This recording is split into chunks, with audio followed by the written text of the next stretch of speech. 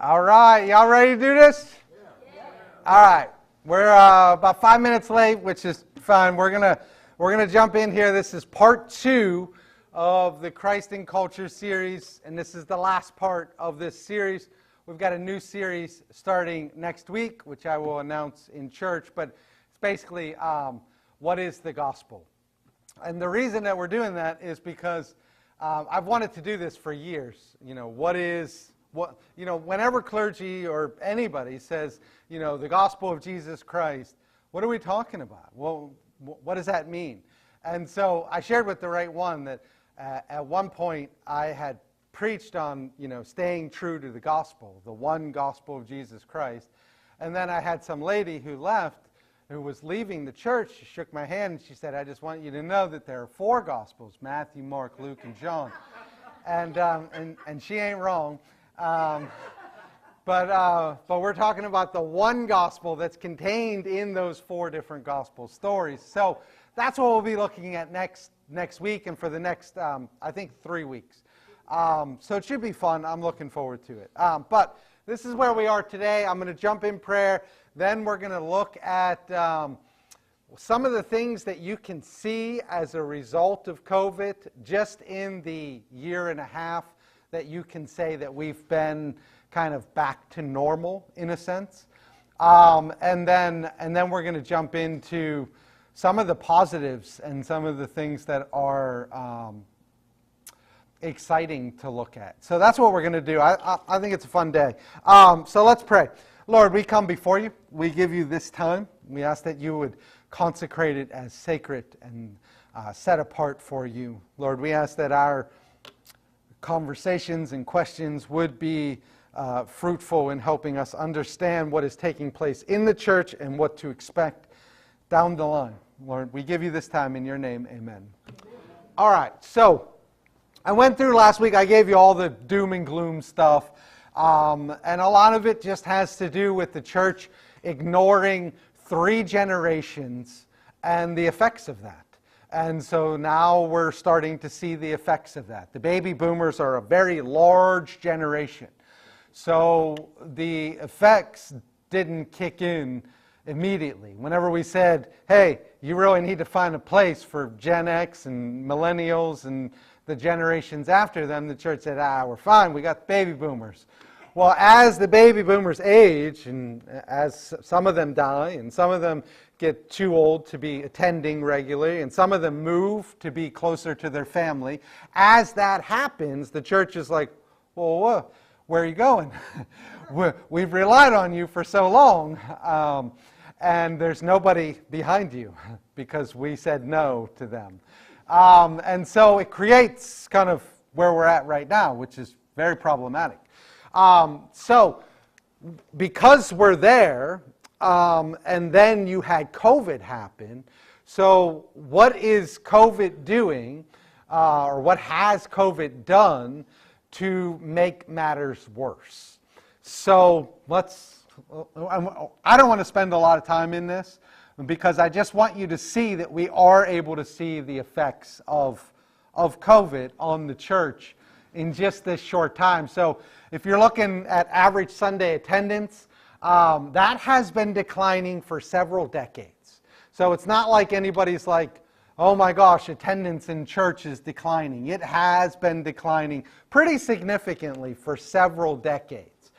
But nowhere like you see it from 2000 to 2023.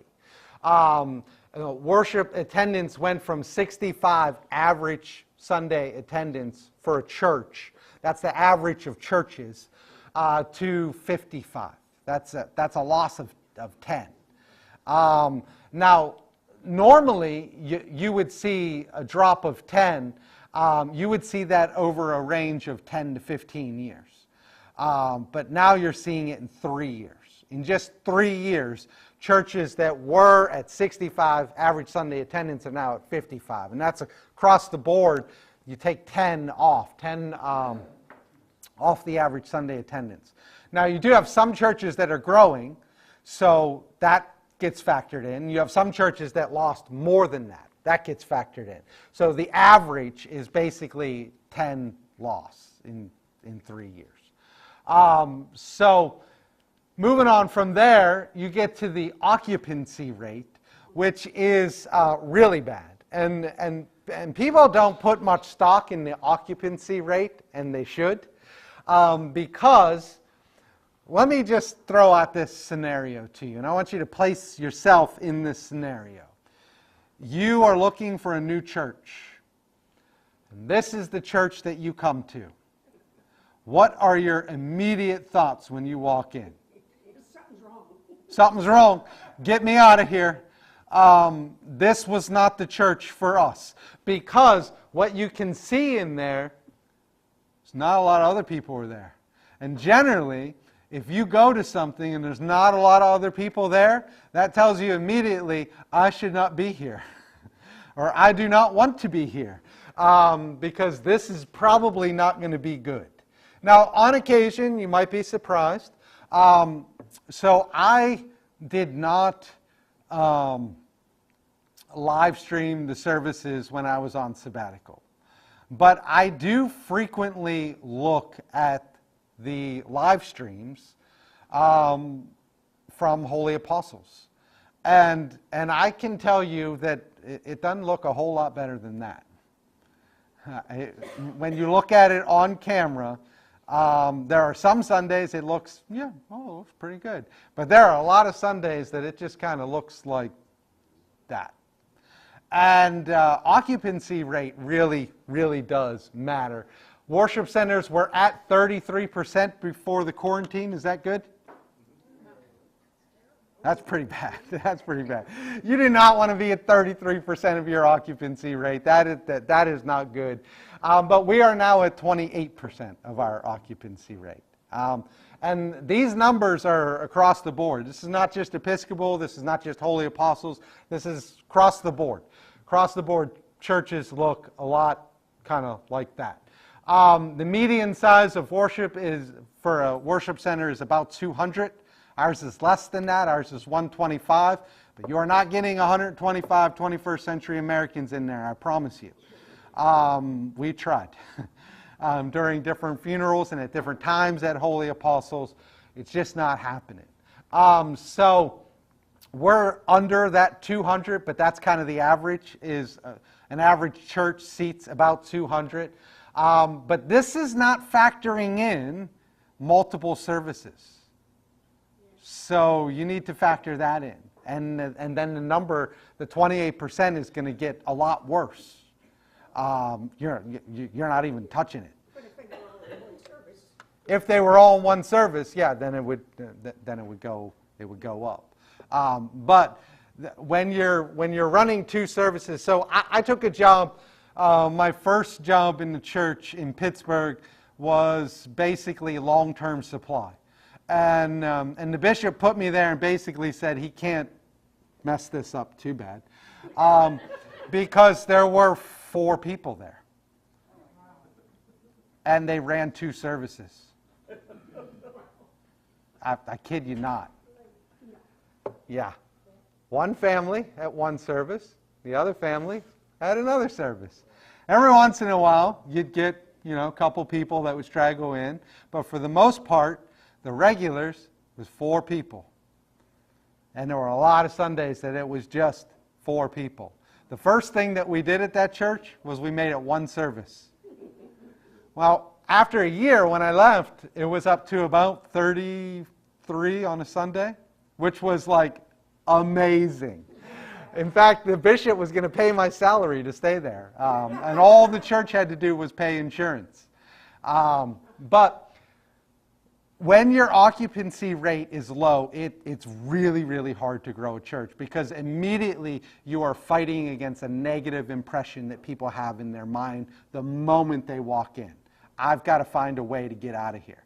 Maybe I can leave during the peace. Maybe I can leave, whatever time I can figure out how I got to get out of here, I got to do it. So that's definitely a problem. The median year that a church was founded was 1950, before quarantine. It is still 1950. That's a problem. It should get newer because you should be building new churches. What this stat tells us is that we're not building any new churches, or we're closing churches faster than we're building churches. Like it's a really bad stat that indicates that the church is in great decline. How many of you have seen, one of these recently? How often you see that? I mean, that's quite a sight, isn't it? You used to see these things popping up everywhere, on every corner. Fastest they could put up a liquor store, they put up one of these. You don't see these a whole lot being built. So we've not started enough churches to move the median founding date even 1 year, which is really, really bad. So you move on from there, you get down to here. The median income in a church is $120,000 before quarantine. First of all, that's a dreadful number. That is an absolute dreadful number. You cannot do anything on 120. I know it sounds like a big number. I told you last week that just me on campus is about $120,000. You haven't paid Deanna, you haven't paid the electric bill, you haven't paid the water bill, you haven't done 1 ounce of ministry. That's just me. That's for all the stuff, my salary, my insurance, everything, across the board. But it's $120,000 on the budget. If the average church is pulling in $120,000, it means that the church is in a really bad place. And that's before COVID. So we were in a bad place before COVID. The good news on this is it hasn't changed. People still give money to the church. Now, the question that you need to ask is, why? Why have these numbers not changed? Every other number has changed. It's either gone down or gone up in the negative sense. Why has this one not changed? Conscience. Their conscience says we still have. Well, yeah, I mean, it's easy to give money. So if you give people the option of you come to church every Sunday or you just write a check. A lot of people are like, I'll just write the check. Some people don't have the money, so they're like, I guess I'll be attending. But if you give them the option,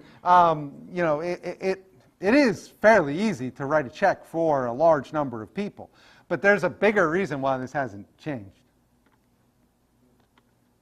Does attendance correlate with membership? Does membership change as much as attendance has?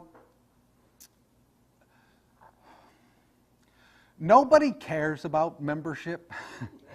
And it's because, it's a meaningless number. So you take Holy Apostles, and let's say that we have like 250 members. Do we have 250 people on an average Sunday? Do we have 250 pledgers? Do we have 250 people working at the parish picnic? Do we have 250 people attending the parish picnic? You could have 8,000 people on the books. If they don't give or attend or donate their time, what's the point? So a lot of churches will boast of their, they won't talk about average Sunday attendance, but they'll use membership. Well, we have 800 members. Yeah, great. How many of them come? Because you could be a member at any church. It doesn't matter. We have so many members at Holy Apostles. I don't even know their name. If I ran into them at the grocery store, I wouldn't know them. They've been members here for forever, and I just don't know them. Now we clean that up a little bit more than a lot of churches, but I mean members just stay on. That's why clergy won't transfer memberships. And I have to manually transfer memberships. We have to canon law people into the church. And probably some of you in here we had to do that with, because we send out membership transfers that say, hey, your former parishioner is now worshiping here. Can you transfer the membership? And they won't do it. St. David's doesn't do it. St. John's doesn't do it. Holy Trinity is about the only church in the area that actually does it. They have a new rector. Will he do it? I doubt it. I know him. I don't think he's transferring memberships, not because he doesn't want to transfer them out, but because logistics is not particularly his strong suit. So, I don't know that membership matters a whole lot, but I could be wrong on that. Any other thoughts on this? Come on, this is easy. Come on. All right. How much Donald Trump, Joe Biden money have you all received in the last 3 years? In the last 3 years? I've received a whole lot. Yeah, recently. No, I'm talking about the cash sums that they sent out to every family who made less than this much. It was like $200 a year or something. Did y'all not receive this? Is this just me? Does only Trump and Biden love me? Y'all didn't get anything? One year they were sending that stuff out. got money twice. Yeah, it was- How many times you get money, Mark? Me too. Me? I actually didn't get any. I didn't qualify. 5. Sorry. Young. No, there's other reasons.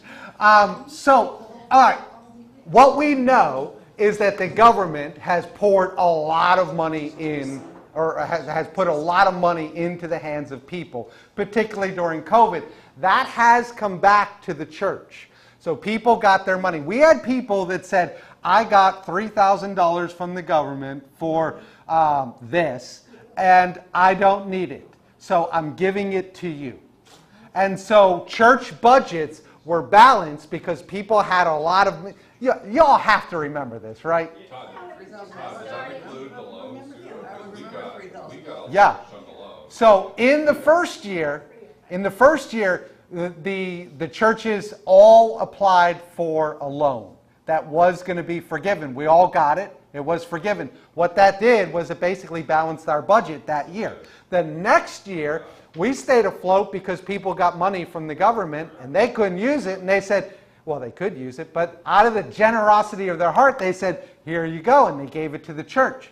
So all that gets factored in. So for at least 2 years, churches were being subsidized by government funds, and that's why this number hasn't changed as radically as you're going to start seeing the number change.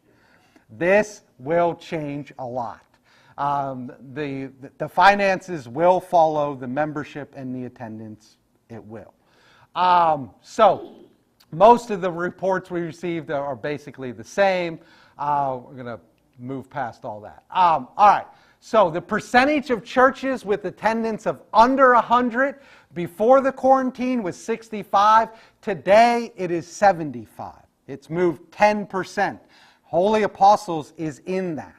Before, our average Sunday attendance in 2019, I believe, was 116. And our hope was to have average Sunday attendance of 120 in 2020. That was the hope. Today, we're nowhere even in that ballpark. So we fall in that 10%, under 100 since COVID. This is basically the size of church that you need for a lot of parishes. So a point of comparison, churches with an attendance under 100 in 2000 was 45. So it decreased, or that number increased 20% in 20 years. But if you look at the last 3 years, it increased 10% all by itself in just 3 years. So that's a significant jump. So is it all bad? I don't think it's all bad. So what do you do? What do you do with all those numbers, Myrna? People are creatures of habit. situation was that people stopped coming to church because they didn't want to be around anybody else. Now we have to figure out a way to get them back. Maybe if you called them personally, they would come back. Potentially, I mean, we have called over the years. We have called probably most people who left at least once, probably multiple times. And the problem is that we'll take a real life scenario. I won't name the family, but we did have a family that we reached out to. We got them to come back. They came back for 3 weeks. And that was it. Because, like you said, building a church habit is one of the hardest things that you can do and one of the easiest things that you can lose. So once you went past 3 months of church lockdowns, you basically lost the habit of the vast majority of your congregation. And are they going to build that habit back in? What we've seen is a good number of them will, but some of them you just lost. And some of them, their scenarios have changed. We had several people move who are no longer in the area. We have several people who died who obviously are no longer in the area. And we've had, a variety of circumstances that caused this. What COVID did was it made it so that you weren't bringing in any new people over 3 years, really 2.5 years, but you still had all the natural losses that come with church. You still had death, you still had people moving, you still had people moving from, I no longer can attend in person in a nursing home, whatever it is. You still had all that taking place, so you lost all those people, and then you just lost people who got out of the habit. But I can say personally that we've reached out to the vast majority of the people who left from COVID, and they just are not coming back. Now, you did get new people that did come back, which is, or new people that did start attending, which is, interesting. So when you move from there, I just wanted to bring up I just want to take you back in history and show you something that I think is relevant to what we're going through. So Martin Luther is basically the head figure of the Reformation. But the Reformation didn't really start with Martin Luther. You had reformers before Martin Luther. You had John Wycliffe, who is part of our English tradition. You had Jan Hus, who followed John Wycliffe. And they were both reformers, and they taught the same thing that Martin Luther taught. But they didn't succeed. Martin Luther was actually able to succeed in the Reformation. And the question that I have is, why was the Reformation successful under Martin Luther? What made Martin Luther's Reformation successful when all the previous ones failed? You also have Berenger of Tours, who had a lot of the same ideas of Martin Luther. You had Trambus. Even Augustine had a lot of Martin Luther's ideas in him. You go back and you see from the 5th century all the way to like the 15th century, you had reformers, and none of them succeeded except for Martin Luther. Why? Kind of a cool question, yeah. Did the others not put it out? Martin Luther did the list of problems on the church door. Did the others not put it out there like he did? Oh, you are so close. You are so close. He definitely put it out there in a way that nobody else did, but it wasn't because he nailed the 95 Theses to the door at Wittenberg. What's that? He was persecuted. Well, they all were. Jan Hus was killed by the Roman Church, the medieval Roman Church, and they hated John Wycliffe so much that when he died in his pulpit after he was buried, they dug up his bones and burned them. They were all persecuted. So Martin Luther wasn't alone in being persecuted. They had popular ideas. They had basically the same idea. Martin Luther's ideas were not entirely new. Some of them were new, but a lot of his ideas were basically ideas that Wycliffe put forward years before.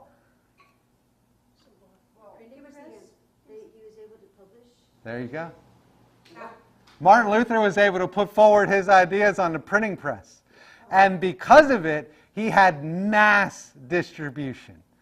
And all you had was this device here that nobody was using.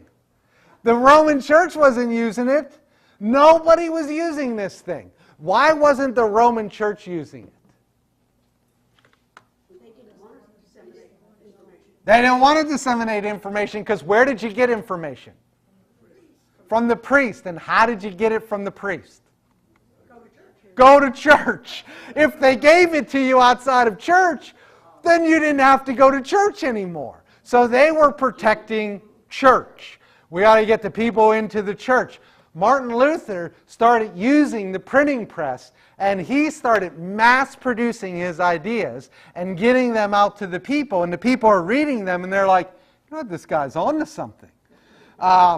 In addition to that, they loved Martin Luther. They loved his personality because he had, he's a very personal individual until he wasn't. Martin Luther never met a fight that he didn't like, so he fought with everybody. And because of that, he died without really any friends, because he would fight with every one of his friends on any topic. But people loved him because he fought for the people. And he really did fight for the people. And because of that, they never turned him in. But what really made it so that he was successful was he was able to get his ideas out there to everybody. What Martin, and this is funny to say today, but what Martin Luther did was he used modern technology and mass-produced his message and shot it out there to as many people that he could. That's pretty cool. So, if you move on from there, if you move on from Martin Luther, what did COVID force us to do? It's a massive reliance upon technology. What kind of things did you rely on technology for? You didn't have to come to church. You didn't have to come to church. You get your information from technology. Probably talking to the wrong people. You're all going to be like, yeah, I read the newspaper. But a lot of people don't read the newspaper anymore. Where do they get their news? Online. They're not reading newspapers. So that, what else? I got a whole list up here. Boredom. What? Boredom. Yeah. Entertainment. How am I going to entertain myself online? Leslie, you said? Shopping. What did Amazon do to Sears, to all sorts of stores? Just shut them down. And they are hurting a variety of different places because people are buying their stuff online. You remember Circuit City? What did Netflix do to Blockbuster? It's gone. Because people are doing it online. They don't need to shop anymore by going to a mall. That's why malls are closing down everywhere, because people aren't going there. What else? Shopping, church, entertainment. Business meetings. We haven't had an in-person vestry meeting in 3 years. You guys don't meet in person? It's all on Zoom. That's a problem. You want to know why? Why? Because we did it on Zoom, and we said, you know what? This works really well. This is actually really cool. We weren't the only ones. You know who else did that? Tons of businesses. Tons of businesses said, hey, you know what? I don't actually have to send this guy to Topeka, Kansas. We'll run a Zoom meeting. And they saved a ton of money. You know what else they did? They realized, you know what? We don't even need this entire building. We'll just have people work from home. Yeah, but aren't they starting to backpedal on that? There's companies making their people come in. You want to work here, you got to come back You will have some of that, but a lot of companies are not going back on that because it is saving them a ton of money. Now, what you have to do is you have to have people that are self-motivated. If you don't have self-motivated people, they can't work from home. And so if you have self-motivated people, they can work from home. And that's just how it is. And that's how it is in the church too, because like my boss comes down every 2 years if I'm lucky. That's just the reality of it.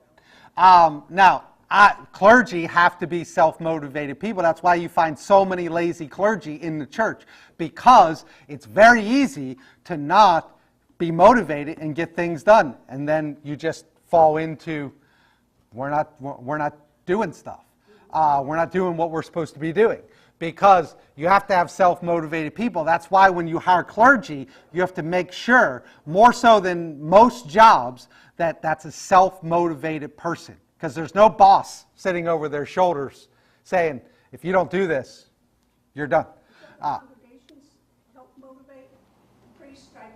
Yeah, to some regard. We want to have that. To some regard, yeah. So you do have some of that, but there's no replacement for your boss being right there. When your boss is right there, the one that can actually fire you, that's problematic. What it did was it pushed us to a reliance upon technology. So if you go down school, I homeschooled my kids for an entire semester. I homeschooled them because they couldn't go to school. So it was me, and I did it. And at that time, we had a foster kid. So I had 3 different kids in 3 different grades, and we homeschooled them. Well, a lot of people realized, you know what? I like homeschool. I'm going to keep doing it. Now, I'm not saying everybody did, but a lot of people did. And so it changed the way that we do school. It changed the way schools operate entirely. They do a ton of stuff online now that they never did before. It's astounding to me, the stuff that they're doing. Work, church, gatherings, birthdays, weddings, funerals, vacation, shopping, leisure. I don't know if you know this, but as far as vacations go, we totally changed the way that we vacationed during COVID. Nobody was going to resorts and cruises because you couldn't. So where were people going? Some people to the beach. People still went on vacation. Where did they go? Camping. Camping, cabins, in the wood, isolated places. The reason I know this is because every Christmas, after Christmas, my family gets a cabin in the middle of the woods. We couldn't find one single cabin for 2 years under like $400 a day. And they were booked a year out because everybody was doing that. It changed how we do all this stuff, activities, all of it. Some of those changes we liked, and we don't plan on going back to the way they were. Some of these changes we can get back as soon as we can. Let's get them back. Let's undo this. This is a disaster. But some of these things we realized, I don't want these things to go back. So I'm going to give you a couple examples of this. My friend, and I've shared this with the vestry, my friend worked for a company his entire life when he graduated from college. And he's in their finance department, and he makes a lot of money. And he got laid off. He got fired during the pandemic. And when he got fired, he took like 6 months off. He never has to work again a day in his life. He never has to work. But he likes working. So he got a new job. And he got a new job at Travel Centers of America. Do you know what Travel Centers of America are? Oh, yeah. Rest areas. Oh, truck stop. Truck stops. And they're all over the place. And it's a billion-dollar company. More than, like, billions. And he is one of their finance people. Now, there's a couple of things that I want you to know about this. The first thing is he has never met his boss, and he has never been on their campus, which is in Ohio, and he lives in Pittsburgh. He works entirely from home. They hired one of their finance people without ever meeting them, who has never been on site and works entirely from home. They didn't hire a salesperson or customer service or somebody who's doing phone calls. They hired somebody who was in their finances, and they've never met him. That is a radical shift from COVID. That is nuts to me. I'm going to give you another example. My son and I started a very small business during COVID. And we sell cards online, and we have a YouTube channel. But there's another company that's really big, and the company is Simply Unlucky, and they're a card shop, and we follow them on YouTube. And this is a massive entity on YouTube. They're based out of Modesto, California. And they have 619,000 subscribers. So when they put a video out, they're getting like 18,000, 20,000, 60,000 views on that. You know how much money you make on YouTube doing that? You make a lot. And so this is a really big company in the area. It's ad revenue. So advertising, if you know how much advertising for Super Bowls cost, advertising is super lucrative. So does YouTube pays you they pay you a portion of the ad revenue that is being generated. So there are ads on YouTube. Those people that have ads, they're paying YouTube to put the ads on there. Then YouTube's paying you to put the ads on your videos. So they're getting 619,000 subscribers. So Cohen and I, we went to San Francisco this last summer during my sabbatical. And San Francisco is about 2 hours from Modesto. And I thought, we are going to the most amazing card shop in the world. We're going to do the drive. So we did. What we showed up to was this very small, modest card shop in a strip mall. Now stunned. Their entire identity is this online identity, and their physical location, their brick and mortar store, it's nothing. It's just a normal store. You could drive down the road, go to Ready, Set, Game, which is right by Walmart down there. It's basically the same store. But they're pulling in massive funds off of YouTube and different places. So their whole identity is online. All right, so massive shift online. If these shifts are happening, are happening in most sectors across the world, will it also happen in church?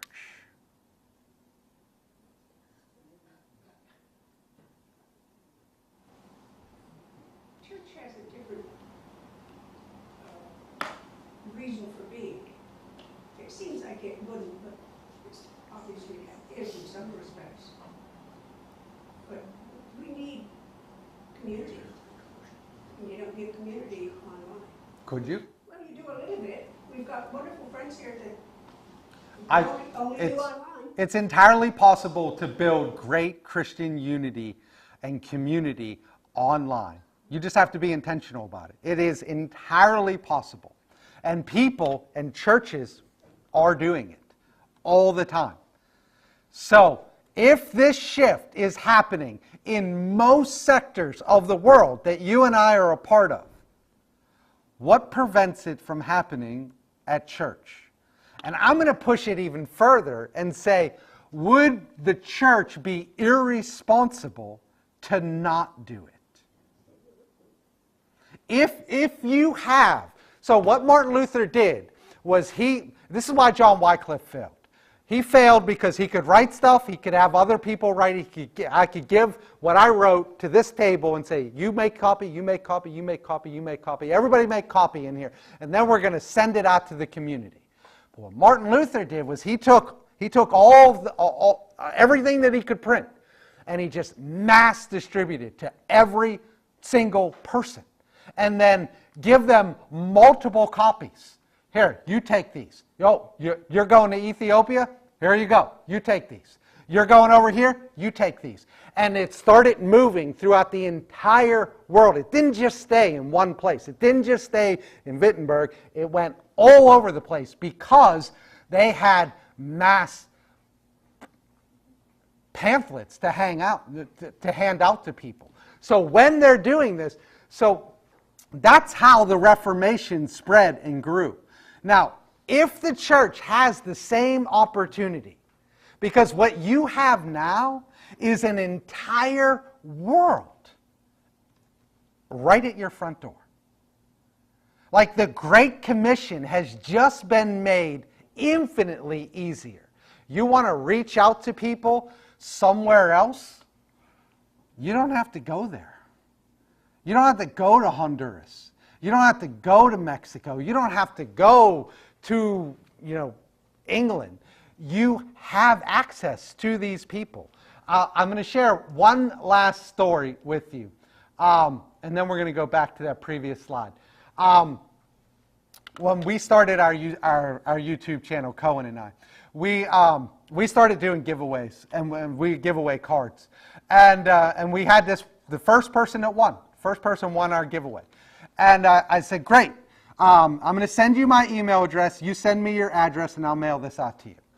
And I thought this was going to be super easy. It was a bunch of cards, so I had to put it in a box. And I thought, okay, I'm going to send this box. And where did I think I was going to send the box to? Well, I thought the vast majority of my subscribers, and by vast majority I mean all of them, was in the United States. So I thought maybe I was going to send the box to Ohio.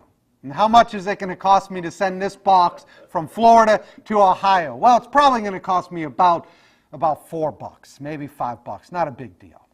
No. The guy that won the giveaway was from Thessalonica in Greece. You know how much it costs to send a box from Florida to Greece? It's a lot. It cost me like $18 to $20, somewhere around there. I was so angry. But I had no idea that our subscribers were from all over the world. Now I know that only 50% of our subscribers for Cohen and I are in the United States. And strangely enough, like 10% are in Germany. And they're all over the place. It is very, very strange. But it gives you access to a variety of people that you would never have access to. So is it entirely possible that people will consider a viable worship experience to be online with a pastor and priest that they never met, with people they do not know and have never met, and at a church that they've never actually been to? Is this the gift of COVID? Because what this has done in every other area is it has broadened our perspective on what we can do. It has made it so that people had to rethink. And if you're not forced to rethink, you won't do it. You can see this over and over and over again in these large groupings. When people don't have to rethink, they're not going to rethink. They just say, well, it's working. Same thing with the baby boomers. The church never had to rethink because we had the baby boomers. Now that the baby boomers are gone, we're like, got to rethink. Is this a viable option? And that's the question that I'm going to leave you with. Because at the end of this, I think this is potentially for the church the gift of COVID, just like it was for business. You know how much businesses are saving by not having employees on site? You know how much they're saving by not sending them to all these variety of meetings that they didn't have to go to anyways? Like, lots. is there a place? Now, I'm not saying that the online community replaces the physical community. You will always have a physical community, just like that card shop has a physical location. But their online presence is what actually funds the physical location. It's what actually enables them to do what they're doing. Is it possible for the church to have an online community that feeds into the larger community financially, but more so like fellowship and community-wise? Is it possible to build community with a physical location and an online group? Ann? I'm just wondering what evidence there is that that is actually happening now, and to what benefit to the church is it that it is happening now? Oh, there's some. I wouldn't be able to say here's the evidence, but there's so much evidence out there that it's just out there. So what you're seeing though is that there are churches are going one of two ways. So you can take Trinity Wellspring, okay, Trinity Wellspring and Holy Apostles. So what I'm presenting at Holy Apostles is that we go full steam ahead, online, keep moving, keep pushing, keep doing it. A lot of churches have made that decision. Other churches have made the decision, we're going to pull back because what we want to do is build our physical location. And so that's the route that Trinity Wellspring took. So they're online, they pulled back significantly. So you're seeing it from two different angles. But, I mean, the evidence that it's taking place, there are massive online churches everywhere. You can just Google Stephen Furtick. Anybody heard of Stephen Furtick? He's one of the most famous preachers in the United States right now. And I think his church is Elevation.